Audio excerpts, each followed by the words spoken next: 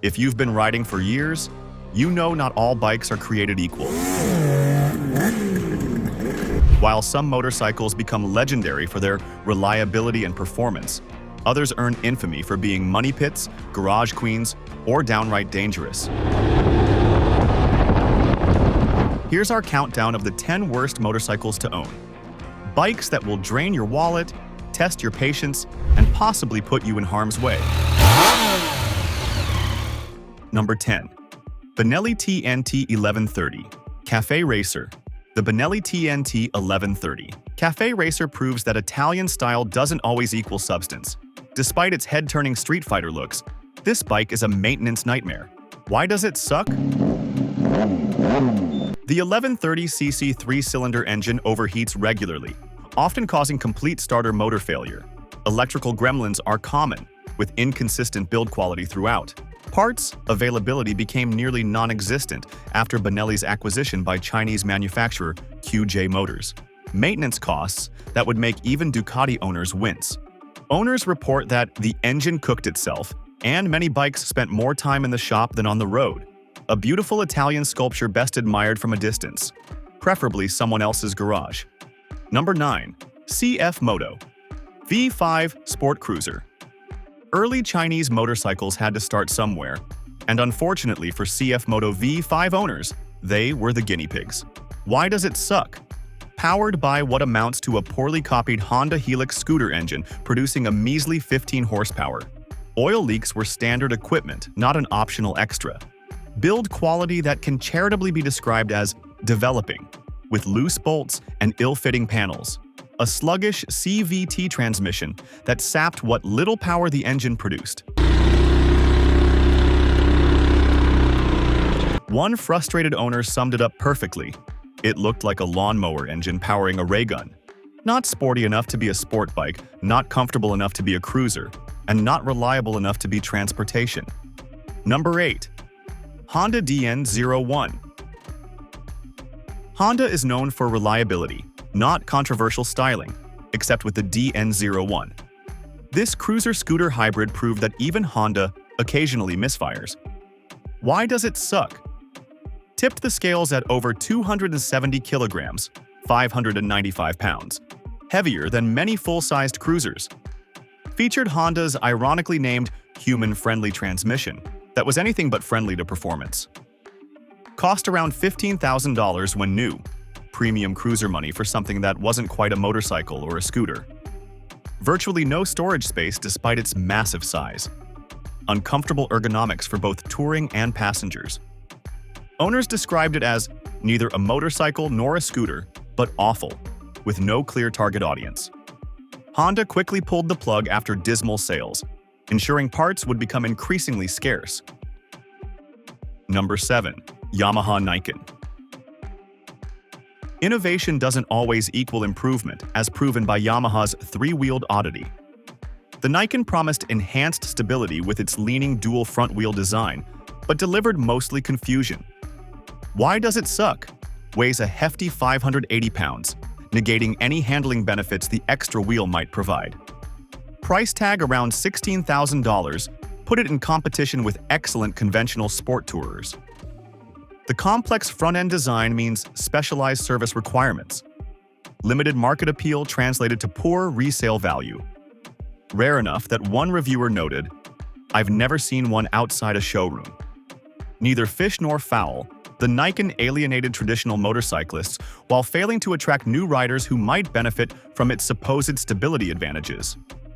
Number 6. BMW F650 Fonduro. BMW's early attempt at a lightweight adventure bike, built in partnership with Aprilia, taught riders to be careful what they wish for. Why does it suck? Head bearings were catastrophically flawed, prone to seizing completely while riding. Underpowered 48 horsepower Rotax single-cylinder engine struggled under load. Neither rugged enough for serious off-road use nor comfortable enough for touring. Failed to deliver on its promise of being the Swiss Army knife of motorcycles. Riders described the Fonduro as anemic and potentially dangerous, with one recalling a rental in Australia that felt like a death trap due to its unreliability. The name Fonduro proved to be tragically ironic. Number 5. Victory V92C. Polaris's first attempt to challenge Harley-Davidson shows why established motorcycle manufacturers had a century's head start. Why does it suck? Released before development was complete, with major clutch and transmission issues. The agricultural transmission was described as clunky at best. Parts availability was poor during production and became worse after Victory folded in 2017. Limited dealer support, especially outside the United States. Owners frequently found themselves making unplanned trips to dealerships for electrical and mechanical issues. One owner reported having to scrap an otherwise salvageable bike because a $100 part was simply unavailable. The ultimate ownership nightmare. Number 4. Harley-Davidson Sportster 883. Before the rubber mount frame update in 2004, Harley's entry-level Sportster was an exercise in masochism. Why does it suck? Vibration levels that would numb extremities within 30 minutes of riding. A 2.1-gallon tank that limited range to about 80 miles. Pre-1991 models had a 4-speed transmission that made highway riding an uncomfortable affair. Thin, unpadded seat and awkward ergonomics that punished riders on anything longer than bar-hopping duty. One rider famously wrote, "If this was the only motorcycle there was, I'd rather drive a car." The perfect bike if you enjoy the sensation of sitting on an industrial paint shaker. Number 3. Honda CX-500. Honda's quirky V-twin was nicknamed the Plastic Maggot, and not affectionately. Why does it suck? A faulty crankshaft design caused the bike to pull dangerously to the right during deceleration. Poor low-speed handling made it painfully challenging to maneuver in traffic. Prone to wheel-locking issues when downshifting quickly. Despite being marketed as a do-it-all roadster, it excelled at nothing. The crankshaft issue was a deal-breaker for many owners, who found the unexpected pulling during slowing down genuinely scary, particularly in wet conditions. A rare Honda misstep that proved innovation without proper testing creates nightmares, not classics. Number 2. Kawasaki 500 H1 and H2 Mach 4. Not called the Widowmaker for nothing, these two-stroke triples offered blistering acceleration coupled with handling characteristics that could best be described as suicidal. Why does it suck?